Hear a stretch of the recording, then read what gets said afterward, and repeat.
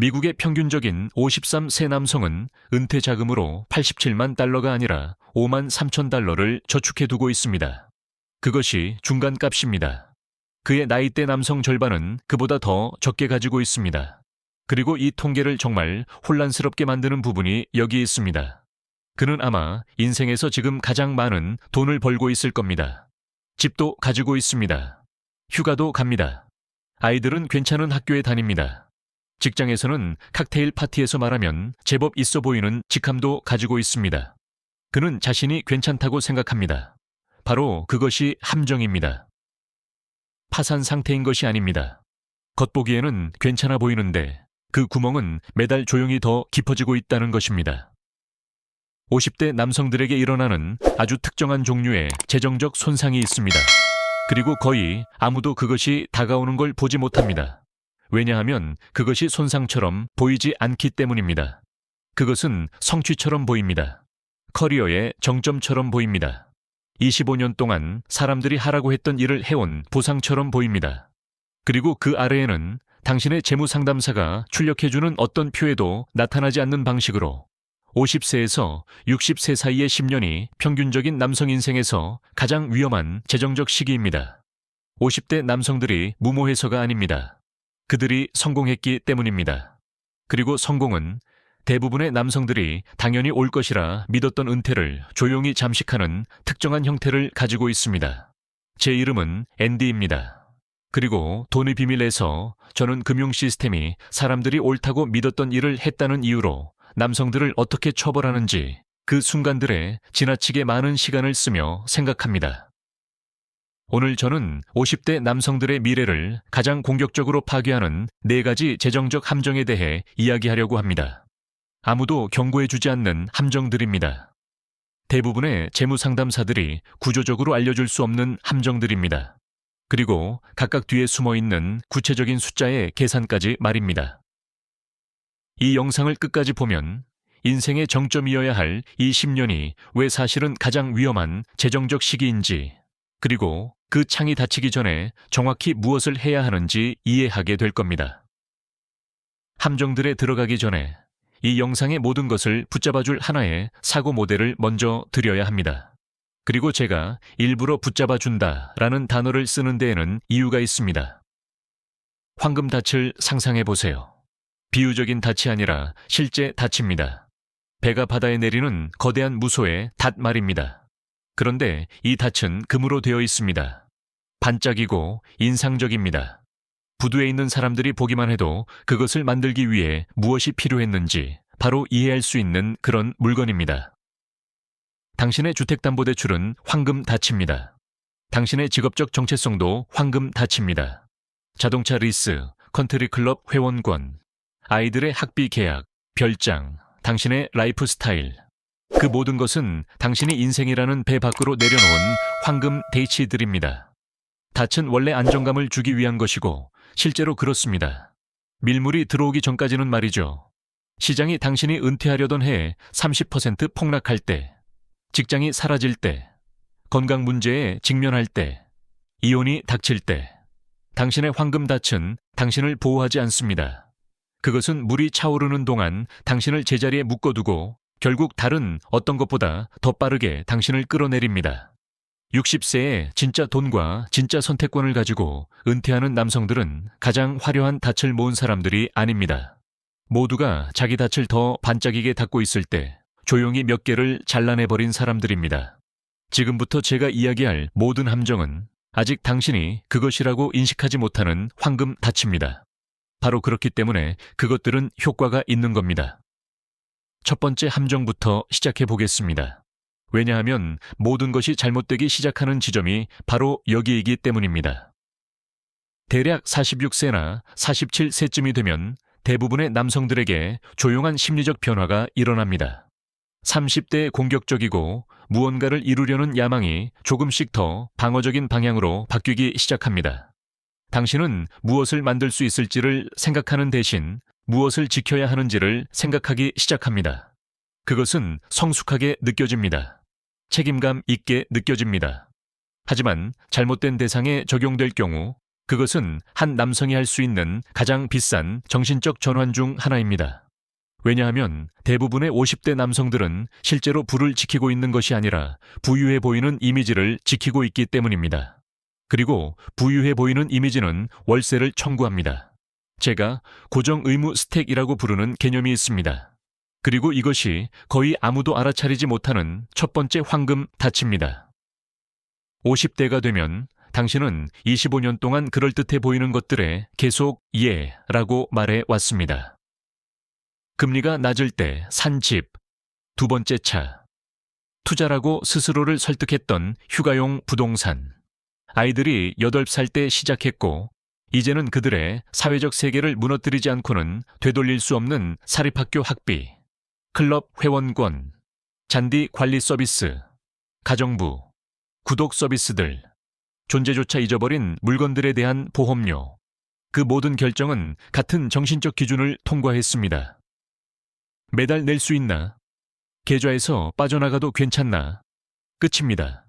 그것이 테스트였습니다. 그리고 그런 식으로 정의된 감당 가능함은 개인 재정에서 가장 위험한 개념 중 하나입니다. 왜냐하면 그것은 당신이 불을 쌓고 있는지에 대해 거의 아무것도 알려주지 않기 때문입니다. 단지 이번 달에 돈이 들어오는지만 알려줄 뿐입니다. 그것은 현금 흐름의 문제입니다. 부는 전혀 다른 문제입니다. 이걸 구체적으로 설명해 보겠습니다.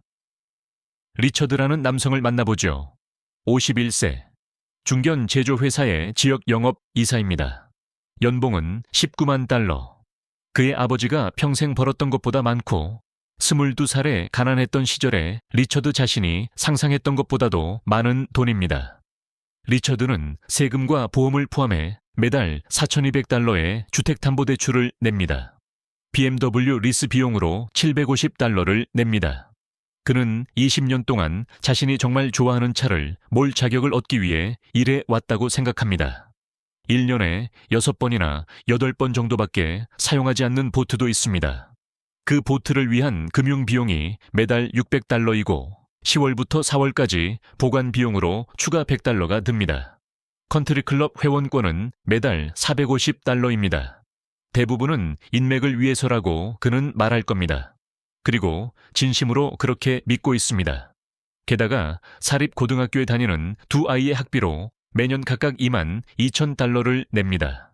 19만 달러의 연봉에서 연방세와 주세를 제하면 리처드의 실수령액은 대략 매달만 600달러입니다. 그런데 식료품 하나 사기 전 그의 고정 월 의무 지출은 약만 2,500달러입니다. 리처드는 단 하나의 선택적 소비도 하기 전에 이미 수입보다 더 많은 돈을 고정된 약속에 쓰고 있습니다. 그는 무모한 사람이 아닙니다. 멍청한 사람도 아닙니다. 그는 25년 동안 각각은 합리적으로 보이는 것들에 계속 라고 말해 오면서도 그것들이 합쳐졌을 때 무엇이 되는지는 단 한 번도 계산하지 않았던 결과물입니다. 그 12,500달러라는 숫자가 리처드의 바닥입니다. 세상이 그에게 가만히 있기 위해 요구하는 비용입니다. 그것은 12개의 황금 닻이 하나의 사슬로 용접된 상태입니다. 그리고 리처드는 아직도 더 깊이 잠수하고 있습니다. 대부분의 남성들이 놓치는 반전이 여기 있습니다. 당신은 문제를 리처드가 충분히 벌지 못하는 데 있다고 생각합니다. 실제 문제는 리처드의 소비 속도가 15년 동안 그의 저축 속도보다 더 빠르게 증가해 왔다는 것입니다. 그의 수입은 2배가 되었습니다. 하지만 그의 부는 그렇지 않았습니다. 그 둘은 완전히 다른 것입니다. 그리고 50대는 그 차이를 더 이상 무시할 수 없게 되는 시기입니다. 미국 심리학회는 2024년에 연소득 20만 달러 이상인 사람들이 연소득 7만 5천 달러인 사람들과 거의 동일한 수준의 재정 스트레스를 보고한다는 연구를 발표했습니다. 그것은 돈이 중요하지 않아서가 아닙니다. 톱니바퀴가 이미 걸려버렸기 때문입니다. 라이프 스타일이 수입 수준까지 확장된 것입니다. 이제 두 집단은 가격만 다른 트랙 위에서 같은 경주를 하고 있습니다. 수입이 더 높은 사람이 더 큰 처벌을 받는 이유는 잃을 것이 더 많고 그의 삶의 구조는 훨씬 더 되돌리기 어렵기 때문입니다. 그리고 고정 의무 스택이 실제로 얼마나 큰 비용을 요구하는지 구체적인 숫자로 말해 보겠습니다. 만약 당신이 40세부터 매달 $800, 즉 피할 수 있었던 하나의 소소한 사치와 하나의 의무를 저비용 인덱스 펀드에 연 7% 수익률로 투자했다면 65세가 되었을 때 당신은 $47만 2천 가지게 되었을 겁니다.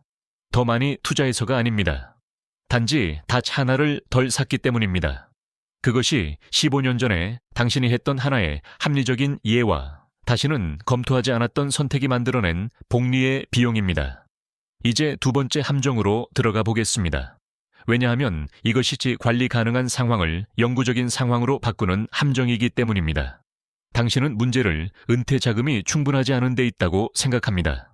하지만 실제 문제는 당신이 저축한 돈이 타이밍이 어긋났을 때 어떻게 되는지 모른다는 데 있습니다. 금융에는 수익률 순서 리스크라는 개념이 있습니다. 그것은 마치 학자들이 형편없는 커피를 마시며 학회에서 논쟁하는 이야기처럼 들립니다.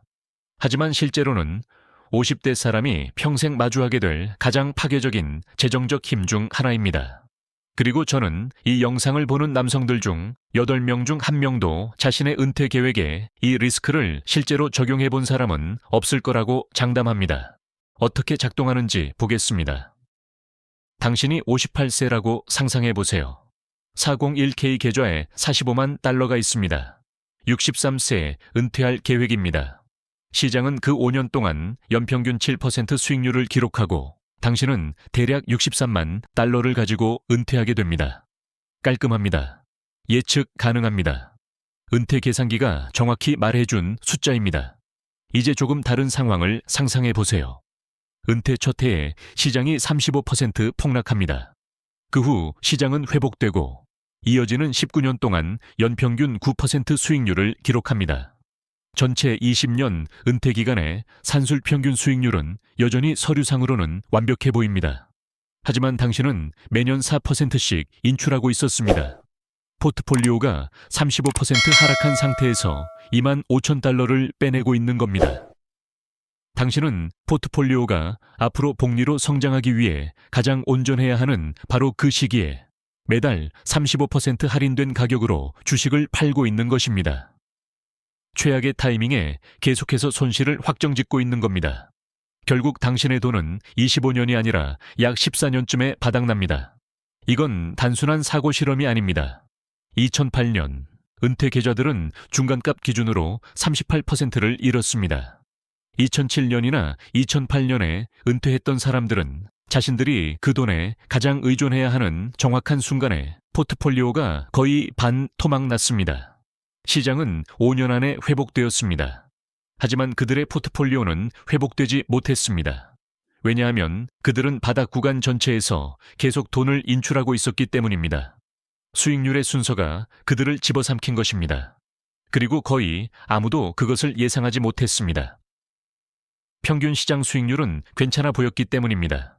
그들을 파괴한 것은 수익률의 순서였고 바로 그 순서를 아무도 모델링하지 않는 것입니다. 참고로 이 이야기가 당신에게 와닿고 있다면 구독 버튼을 눌러주세요.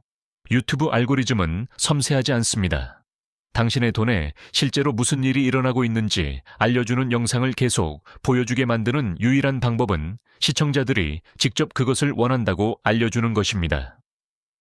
이제 한 사람을 소개하고 싶습니다. 왜냐하면 다음 이야기는 이 사람을 따라 계속 이어지기 때문입니다. 그의 이름은 게리입니다. 게리는 54세이고 어떤 합리적인 기준으로 봐도 성공한 사람입니다.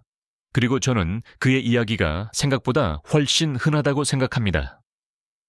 게리는 42세 때부터 대형 자산관리 회사와 함께해 왔습니다.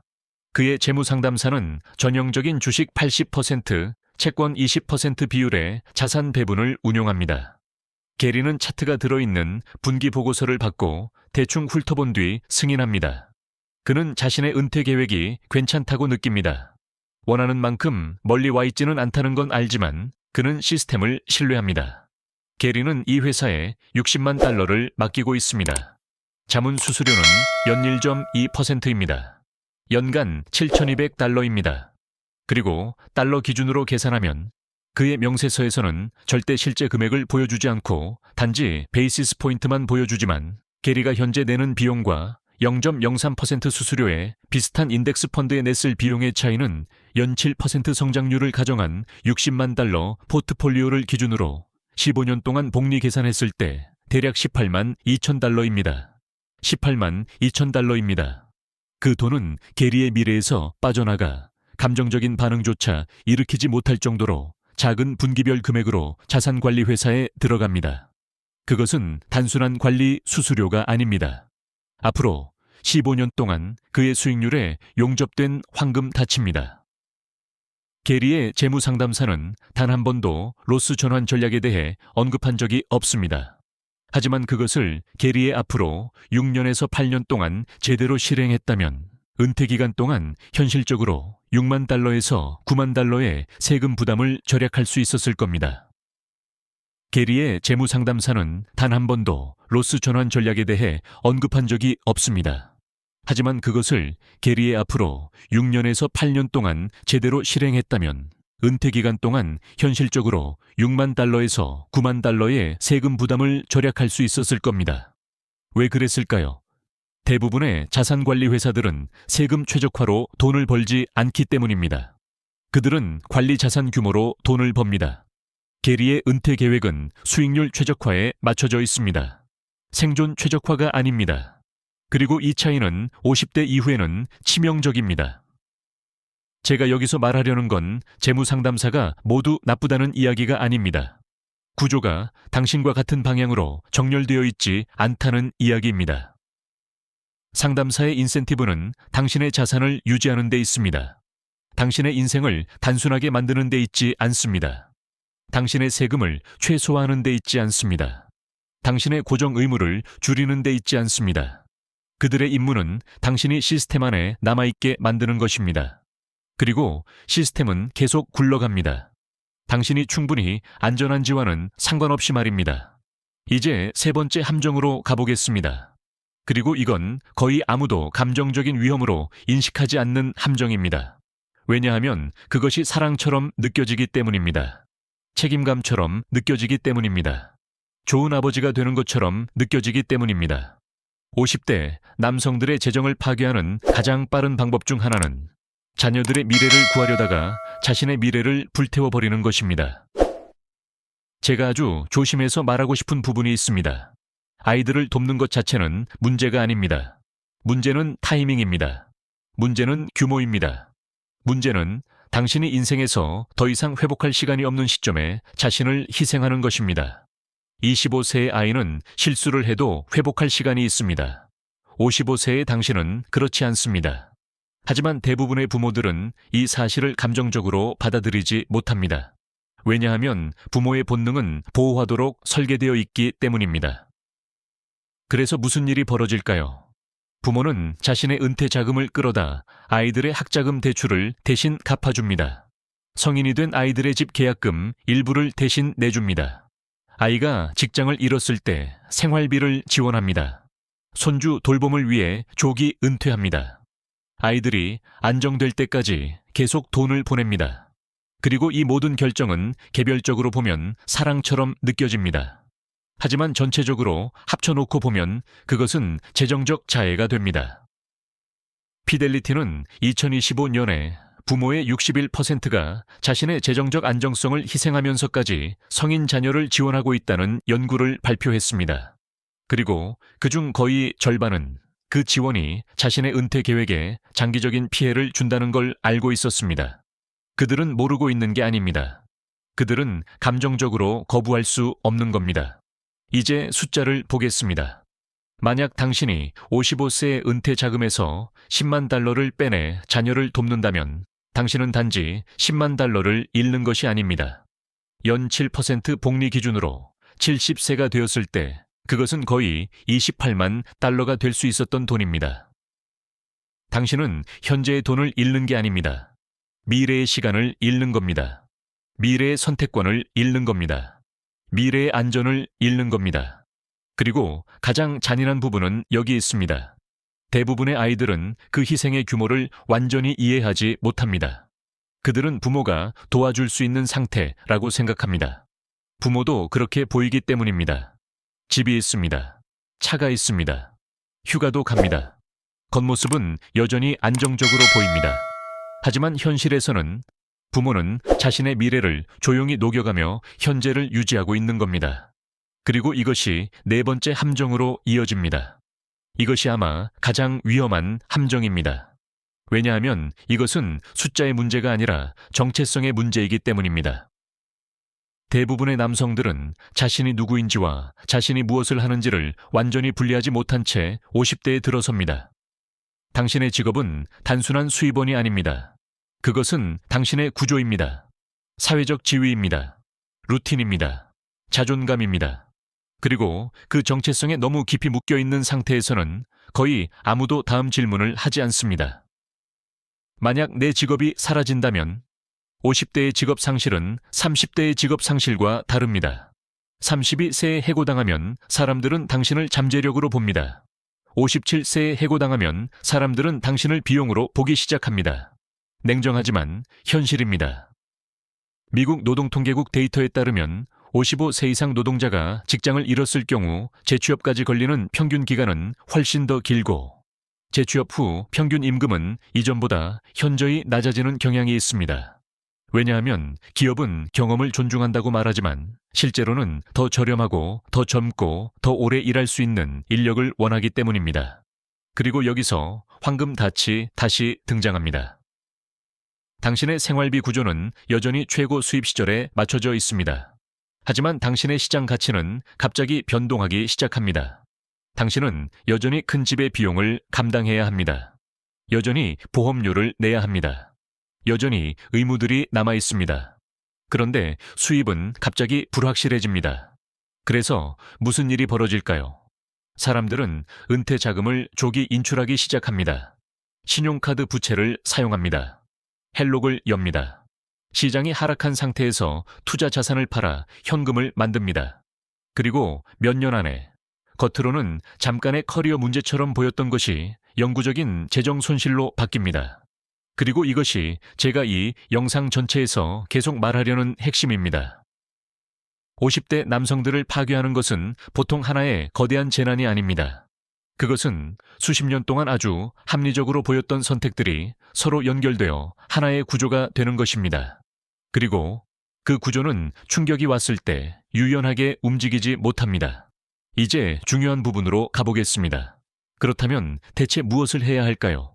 첫 번째, 당신의 고정 의무를 줄여야 합니다. 그리고 저는 이것이 얼마나 감정적으로 어려운 일인지 압니다. 왜냐하면 당신은 단순히 비용을 줄이는 게 아니라 자신의 정체성 일부를 잘라내고 있다고 느끼기 때문입니다. 하지만 현실은 이겁니다. 자유는 높은 수입에서 오는 게 아닙니다. 낮은 의무에서 옵니다. 두 번째, 은퇴 계획을 평균 수익률 기준으로 보지 말고 최악의 타이밍 기준으로 다시 계산해야 합니다. 시장이 은퇴 첫 5년에 30% 하락한다면 무슨 일이 벌어지는지 계산해 보세요. 대부분의 사람들은 자신이 생각했던 것보다 훨씬 더 취약하다는 걸 발견하게 됩니다. 세 번째, 자녀를 돕고 싶다면 자신의 생존 가능성을 먼저 확보해야 합니다. 비행기에서 산소 마스크를 먼저 쓰라는 말은 단순한 비유가 아닙니다. 재정에도 그대로 적용됩니다. 당신이 무너지면 결국 아무도 도울 수 없게 됩니다. 네 번째, 당신의 정체성을 직업 바깥에도 만들어야 합니다. 왜냐하면 당신의 직업은 영원하지 않을 가능성이 높기 때문입니다. 그리고 당신이 누구인지가 명함 한 장에만 묶여 있다면 그 명함이 사라지는 순간 당신의 판단력까지 흔들리게 됩니다. 마지막으로 이 말을 꼭 하고 싶습니다. 이 영상은 공포를 주기 위한 게 아닙니다. 오히려 반대입니다. 대부분의 사람들은 너무 늦을 때까지 자신이 위험한 위치에 있다는 사실조차 이해하지 못합니다. 하지만 당신이 구조를 볼 수 있게 되는 순간 당신은 선택을 할 수 있게 됩니다. 닻을 자를 수 있게 됩니다. 비용을 다시 계산할 수 있게 됩니다. 아직 시간이 남아있을 때 방향을 바꿀 수 있게 됩니다. 그리고 그것이 전부입니다. 대부분의 사람들은 완벽한 계획이 필요한 게 아닙니다. 단지 자신이 실제로 어떤 게임을 하고 있는지 깨닫는 순간이 필요한 겁니다. 그것은 합법적이고 잘 문서화된 전략입니다. 게리의 재무 상담사도 그것을 알고 있습니다. 게리의 재무상담사는 그것을 우선시하지 않을 구조적인 요인을 가지고 있습니다. 왜냐하면 그것은 관리 자산 규모를 줄이는 방향으로 자산을 이동시키는 일이기 때문입니다. 저는 게리의 상담사가 악의적이라고 말하는 게 아닙니다. 저는 단지 인센티브 구조가 게리의 방향을 향하고 있지 않다고 말하는 겁니다. 그리고 그것을 이해하는 것은 음모론적 사고가 아닙니다. 시스템적 사고입니다. 이제 여기서 게리의 이야기는 제가 예고했던 방향으로 전환됩니다. 그리고 이것이 세 번째 함정입니다. 솔직히 말해, 대부분의 재정 계획이 제대로 가격을 계산하지 못하는 함정입니다.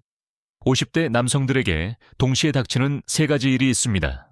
그리고 제가 지금까지 본 어떤 재정 계획도 이 세 가지를 한꺼번에 실제로 고려하지 않았습니다. 각각 따로 보면 관리 가능합니다. 하지만 함께 오면 어떻게든 되겠지는 나는 아예 은퇴를 못할지도 모르겠다로 바뀌게 됩니다. 첫 번째는 부모의 노화입니다.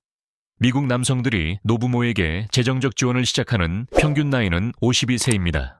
현재 미국인 5명 중 1명이 이 일을 하고 있습니다. 우리는 베이비붐 세대에 대해 이야기하고 있습니다. 대체로 은퇴 자금을 충분히 모으지 못했던 세대입니다. 그들은 자신의 재정 계획이 예상했던 것보다 훨씬 오래 살고 있고 건강관리 비용은 70대 후반과 80대에 급격히 증가합니다.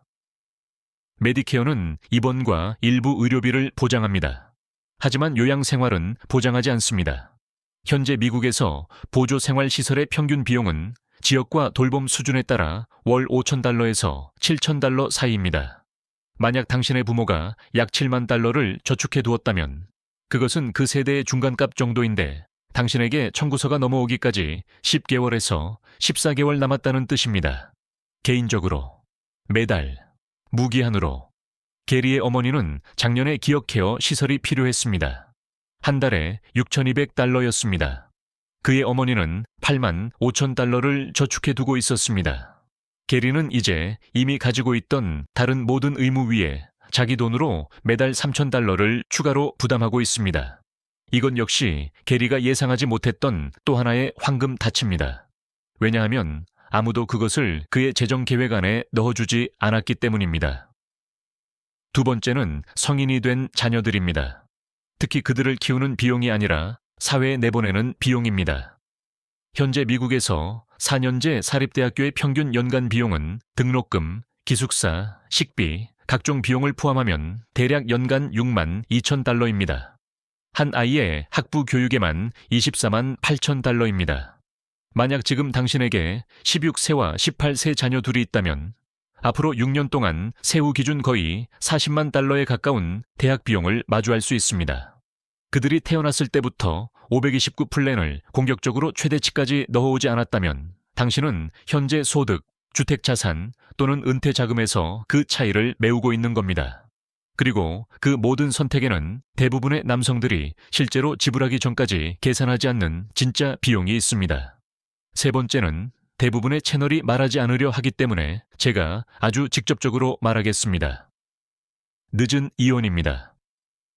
그레이 이혼, 즉 50. 세 이후의 이혼은 미국에서 1990년대 이후 2배로 증가했습니다. 이제 전체 이혼의 4분의 1 이상을 차지합니다. 그리고 53세의 이혼이 가져오는 재정적 결과는 34세의 이혼과 같지 않습니다. 34세에는 당신이 막 쌓기 시작한 것을 나눕니다. 53세에는 당신이 성인 인생 전체를 바쳐 만든 모든 것을 나눕니다. 은퇴 계좌는 분할됩니다. 집은 해결 자체에 양측 모두 돈이 드는 법적 절차를 거칩니다. 많은 주에서는 배우자 부양 의무가 수년간, 때로는 무기한 지속될 수 있습니다. 남성에게서 기록된 그레이 이혼의 평균 순자산 손실은 대략 77%입니다. 추상적인 숫자가 아닙니다. 당신이 쌓아온 모든 것의 77%입니다. 단 한 번의 절차에서. 감정적 혼란이 최고조에 달한 시기, 즉 당신의 판단력이 최악일 때 말입니다. 참고로 게리는 현재 별거 중입니다. 그러니까 지금 게리는 54세입니다. 자문 수수료는 조용히 복리로 그를 갉아먹고 있습니다. 그의 계획에는 수익률 순서 리스크가 반영되지 않았습니다. 매달 $3,000가 어머니의 돌봄 비용으로 나갑니다. 큰아들은 8개월 뒤 대학에 입학합니다. 그리고 이혼 절차는 이제 그가 남겨둔 것의 절반을 갈라놓으려 하고 있습니다. 이건 극적인 이야기가 아닙니다. 이것은 평범해 보이는 재정적 결정들이 아무도 그것들을 동시에 계산해보지 않은 채 계속 쌓였을 때 일어나는 일입니다. 재무상담사들은 개별 조각을 최적화하는 데는 뛰어납니다. 자산 배분, 세금 손실 수학, 리밸런싱 같은 것들 말입니다. 하지만 그들은 한 걸음 물러서서 이렇게 말할 준비가 되어 있지 않은 경우가 많고 구조적으로 그렇게 할 유인도 없습니다. 당신에게는 지금 동시에 6개의 현금 수요가 오고 있습니다. 당신의 소비 속도는 지속 가능하지 않습니다. 당신의 수수료 구조는 복리를 갉아먹고 있습니다. 그리고 당신의 계획에는 수익률 순서 리스크 방어가 없습니다. 그런 대화는 분기 리뷰 안에 들어맞지 않습니다. 그리고 고객이 관리 자산 규모를 줄이는 방향으로 재구성할 수도 있습니다. 그래서 그런 대화는 일어나지 않습니다. 이제 4번째 함정으로 가겠습니다. 그리고 이것은 아무도 정면으로 바라보고 싶어 하지 않는 함정입니다. 50세쯤 되면 대부분의 남성들은 완전히 형성된 정체성을 가지고 있습니다. 당신은 무언가로 알려져 있습니다. 전무이사, 창립 파트너, 12명이던 부서를 300명으로 키운 사람, 기업가, 모두가 찾는 전문가. 그 정체성은 진짜입니다. 그것은 실제 돈을 벌어다 줍니다. 그리고 실제 사회적 무게를 지닙니다. 그런데 사회적 무게라는 것은 알고 보면 당신이 평생 유지하게 될 것들 중 가장 비싼 것 중 하나입니다. 당신이 사는 동네는 당신의 위치를 신호로 보냅니다. 차고의 차도 그것을 보여줍니다. 클럽, 학교, 시계, 무심코 언급하는 휴가까지. 그 모든 것은 그 신호를 유지하기 위해 당신이 지불하는 비용입니다. 그리고 자문 수수료와는 달리 이쪽에는 공개 문서가 없습니다. 아무도 법적으로 당신에게 지위를 과시하는 라이프 스타일, 이 20년 동안 만들어내는 복리 비용을 보여줄 의무가 없습니다. 2001년에 같은 경영대학원을 졸업한 두 남성 이야기를 해드리겠습니다. 둘 다 금융업계에 들어갔습니다. 둘 다 40대 동안 비슷한 수준의 돈을 벌었습니다. 52세가 되었을 때 둘 다 연간 약 22만 달러를 벌고 있었습니다. 첫 번째 남성, 폴이라고 해봅시다. 그는 제가 명성 발자국이라고 부르는 삶을 유지했습니다. 맞는 교회 지역, 맞는 차, 사립학교, 컨트리 클럽, 최소 1만 2천에서 1만 5천 달러가 드는 매년의 해외 가족 여행. 폴은 전통적인 기준으로 보면 성공한 사람처럼 보입니다. 하지만 그는 자신의 수입과 라이프 스타일 사이의 격차를 메우기 위해 조용히 주택담보, 신용 한도를 끌어다 쓰고 있었습니다. 그리고 그는 그 격차가 존재한다는 걸 제대로 인정하지도 않았습니다. 각각의 개별 지출은 따로 보면 모두 정당하게 느껴졌기 때문입니다. 50세의 폴은 은퇴 계좌에 42만 달러가 있었고 집 자산으로 약 23만 달러를 가지고 있었습니다. 그의 유동 순자산, 즉 집을 팔지 않고 실제로 소득을 대체하는 데 사용할 수 있는 돈은 약 11만 5천 달러였습니다. 두 번째 남성, 마커스라고 해봅시다. 그는 다른 선택을 했습니다. 궁핍한 선택이 아니라 의도적인 선택이었습니다. 그는 현금으로 완전히 구매한 중고차를 몰았습니다. 최고의 학군이 아니라 좋은 학군에 살았습니다. 해외여행은 매년이 아니라 2년에 한 번 갔습니다. 그는 38세부터 401K를 최대치로 채웠고 50세가 되자마자 추가 불입 한도까지 채웠습니다. 그리고 저비용 증권사에서 매달 2,000달러를 3개의 인덱스 펀드 포트폴리오에 투자했습니다. 52세의 마커스는 은퇴 계좌와 과세 계좌를 합쳐 120만 달러를 가지고 있었습니다. 그의 주택담보대출은 60% 상환된 상태였습니다. 그의 유동 순자산은 약 95만 달러였습니다. 같은 수입, 같은 10년, 같은 출발선에서 시작한 두 남자. 한 사람은 인정받음을 샀습니다. 다른 사람은 선택권을 샀습니다. 그리고 이 이야기에서 가장 어두운 부분이 여기 있습니다. 폴은 알고 있습니다. 그는 정확히 무슨 일이 일어났는지 알고 있습니다. 단지 일이 벌어지는 동안 멈출 수 없었을 뿐입니다. 왜냐하면 각각의 개별 결정은 그 순간마다 모두 합리적으로 느껴졌기 때문입니다. 그것은 약함이 아닙니다. 함정이 바로 그렇게 만들어진 겁니다. 승인세는 계산하기 전까지는 보이지 않습니다. 그리고 계산하게 되었을 때는 이미 20년 동안 그것을 내고 있었던 겁니다. 이 모든 것에 복리 비용을 피할 수 없게 만들어 보겠습니다. 여러분이 이 영상을 추상적인 개념만 가지고 떠나는 걸 원하지 않기 때문입니다. 두 남자, 둘 다 50세, 둘 다 연봉 18만 달러. A라는 남성은 선택적 소비를 하기 전 고정 의무 지출만으로 월 소비 속도가 11,000달러입니다. 18만 달러의 세후 실수령액은 대략 월 9,800달러입니다. A는 식료품 하나 사기 전부터 이미 월 적자 상태입니다.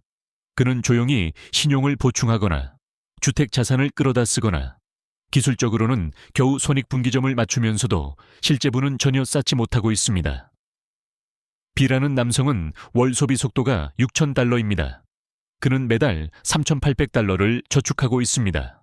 앞으로 15년 동안 연평균 7% 수익률이라면 A는 뭔가라도 저축할 수 있다면 대략 14만 달러 정도를 모으게 됩니다.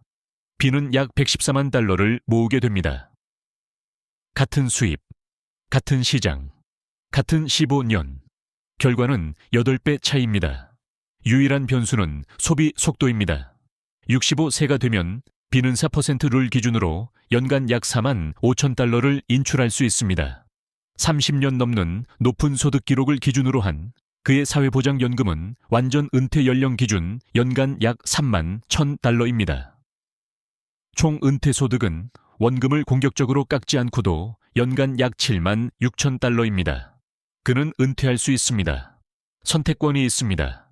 A는 사회보장연금 같은 3만 1천 달러에 겨우 긁어모은 자산에서 나오는 연 6천 달러부터 8천 달러까지 정도가 전부입니다. 총 은퇴 소득은 연간 3만 달러 후반대 정도입니다. 하지만 그의 라이프 스타일은 월 11,000달러를 필요로 했습니다. 그의 은퇴 소득은 그중 약 30%만 충당합니다. 그래서 그는 68세까지 일합니다. 20년 동안 쌓아온 모든 것을 줄입니다. 아니면 70대 초반에 돈이 바닥납니다. 이것이 그의 세 가지 선택지입니다. 그리고 네 번째 선택지는 없습니다. 이것은 극단적인 결과가 아닙니다. 이것은 평생 평균 이상 소득을 벌었고 완전히 합리적으로 느껴지는 결정들을 했던 미국 남성의 중간 경로입니다. 당신은 문제를 시장이나 세금 혹은 인플레이션이라고 생각합니다. 실제 문제는 소비 속도입니다. 나머지는 전부 그 신호 위에 얹힌 잡음일 뿐입니다. 참고로 제가 앞에서 소개했던 게리 말입니다. 그는 8개월 전에 이혼을 마무리했습니다. 그는 집과 은퇴 계좌의 거의 절반을 잃었고 55세 시점 투자 가능한 자산은 60만 달러에서 29만 달러로 줄었습니다. 만약 실제 생활비를 감당할 수 있는 은퇴를 원한다면 그는 앞으로 약 12년 안에 수백만 달러 규모의 격차를 메워야 합니다. 그리고 여기서 제가 여러분이 꼭 봤으면 하는 부분이 있습니다. 왜냐하면 이것이 그의 이야기에서 가장 중요한 부분이기 때문입니다. 그는 실제로 해내고 있습니다. 그는 더 작은 아파트로 이사했습니다. 월 고정 의무 지출을 약 9,500달러에서 4,100달러까지 줄였습니다. 그는 투자 자산을 자문회사에서 빼내 약 0.04% 수준의 비용 비율을 가진 세 개의 뱅가드 펀드 포트폴리오로 옮겼습니다. 그리고 그는 로스 전환을 시작했습니다. 작년에 그는 이 전환 기간 동안 낮은 세율 구간을 활용하기 위해 기존 은퇴 계좌에서 4만 달러를 로스 계좌로 전환했습니다. 그는 62세에 은퇴하지 못할 수도 있습니다. 아마 68세쯤 은퇴할 겁니다. 하지만 그는 가라앉지 않을 겁니다. 그는 황금 닻을 잘라냈습니다. 그것은 고통스러웠습니다. 그래도 그는 해냈습니다. 그래서 이제 이 모든 걸 가지고 실제로 무엇을 해야 하는지 말씀드리겠습니다. 세 가지입니다. 구체적인 것들입니다. 뻔한 조언이 아닙니다. 첫 번째, 이번 주 안에 당신의 개인 소비 속도를 계산하세요. 다음 달이 아닙니다. 이번 주입니다. 은행 계좌와 신용카드 명세서를 열어보세요. 당신이 가진 모든 고정 재정 의무를 합산하세요. 주택담보대출이나 월세, 자동차 할부금, 보험료, 학비, 클럽 회비, 전화, 한 통으로 해지할 수 없는 구독 서비스들, 최소 부채 상환금, 가족 구성원에게 계속 제공하는 모든 재정 지원까지. 그 합계가 당신의 바닥입니다. 세상이 당신에게 가만히 있기 위해 요구하는 비용입니다. 만약 그 숫자가 당신의 월 실수령, 소득의 60%를 넘는다면 당신에게는 절제력 문제가 있는 게 아닙니다. 구조적인 문제가 있는 겁니다. 그리고 예산 짜기로는 구조적 문제를 해결할 수 없습니다. 의무를 없애야 해결됩니다. 그 대시치들 중 하나는 반드시 잘라내야 합니다. 당신은 이미 어떤 닻인지 알고 있습니다. 두 번째, 당신의 은퇴 숫자를 수익률 순서, 리스크에 맞춰 스트레스 테스트 하세요. 평균 수익률을 모델링하지 마세요. 은퇴 첫 해와 둘째 해에 시장이 30% 하락했다가 회복하는 상황을 모델링하세요. 그 시나리오를 당신의 실제 인출 비율에 적용해 보세요. 대부분의 온라인 계산기는 이런 걸 하지 않습니다. 만약 당신의 계획이 직선형 상승 그래프에서만 살아남는다면 그것은 은퇴 계획이 아닙니다. 스프레드 시트 형식을 입은 기도일 뿐입니다. 세 번째, 이번 분기 안에 당신 재정 인생의 모든 수수료를 점검하세요. 자문 수수료, 펀드 비용 비율, 보험 상품 수수료, 재정 관리를 위해 지불하는 모든 것들 말입니다. 만약 당신의 총 연간 투자 비용이 30 베이시스 포인트, 즉 0.3%를 넘는다면 당신은 과하게 지불하고 있는 겁니다. 1.2% 자문 수수료와 0.03% 인덱스 펀드의 차이는 50만 달러, 포트폴리오 기준 15년 복리 계산 시 16만 달러를 넘습니다. 그것은 각주가 아닙니다. 은퇴 소득 흐름입니다. 그 돈은 감정적인 반응조차 일으키지 못할 정도로 작은 숫자로 조용히 분기마다 빠져나갑니다. 바로 그렇기 때문에 효과가 있는 겁니다. 그리고 바로 그렇기 때문에 당신이 직접 찾아 나서야 하는 겁니다. 60세에 진짜 선택권을 가지고 도착하는 남성들은 가장 많이 번 사람들이 아닙니다. 자신의 소비 속도를 계산하고 자신의 닻을 확인하고 밀물이 들어오기 전에 몇 개를 잘라낼 수 있는 인내심을 가진 사람들입니다. 대부분의 남성들은 그렇게 하지 않습니다. 대부분은 물이 턱끝까지 차오를 때까지 닻을 계속 닫고 있습니다. 어리석어서가 아닙니다. 그 닻이 하나하나가 내려놓을 당시에는 성취처럼 보였기 때문입니다. 그리고 심리적으로 성취를 부채로 다시 분류하는 것은 엄청나게 어렵습니다. 그것이 가장 순수한 형태의 함정입니다. 무지가 아닙니다. 게으름도 아닙니다. 그것을 만들 때 느꼈던 감정과 그것이 지금 당신에게 하고 있는 일 사이의 충돌입니다. 게으른 투자야말로 영리한 투자보다 훨씬 더 많은 부를 만들어 왔습니다. 인덱스 펀드, 자동 적립, 낮은 수수료, 30년 동안 아무 영리한 짓도 하지 않는 것. 그것은 저녁 파티에서 당신을 똑똑해 보이게 만들지 않습니다. 당신이 맞췄던 투자 논리나 예측했던 산업 이야기를 들려줄 거리도 주지 않습니다. 지루할 정도로 재미없습니다. 그리고 효과가 있습니다. 67세가 되어서도 지쳐버린 직장에서 계속 버티고 있는 남성들은 대부분 52세에 가장 인상적으로 보였던 사람들입니다. 반대로 일찍 은퇴하고도 별로 떠들지 않는 사람들은 닻을 잘라내고 저축률을 높이고 복리가 방해받지 않았을 때 원래 하던 일을 그대로 하게 놔둔 사람들입니다. 지금 당신이 있는 위치와 62세 사이의 창은 느껴지는 것만큼 크지는 않습니다. 하지만 분명히 존재합니다. 그리고 그것은 당신의 것입니다. 닻을 잘라내세요. 다음 영상에서 보겠습니다.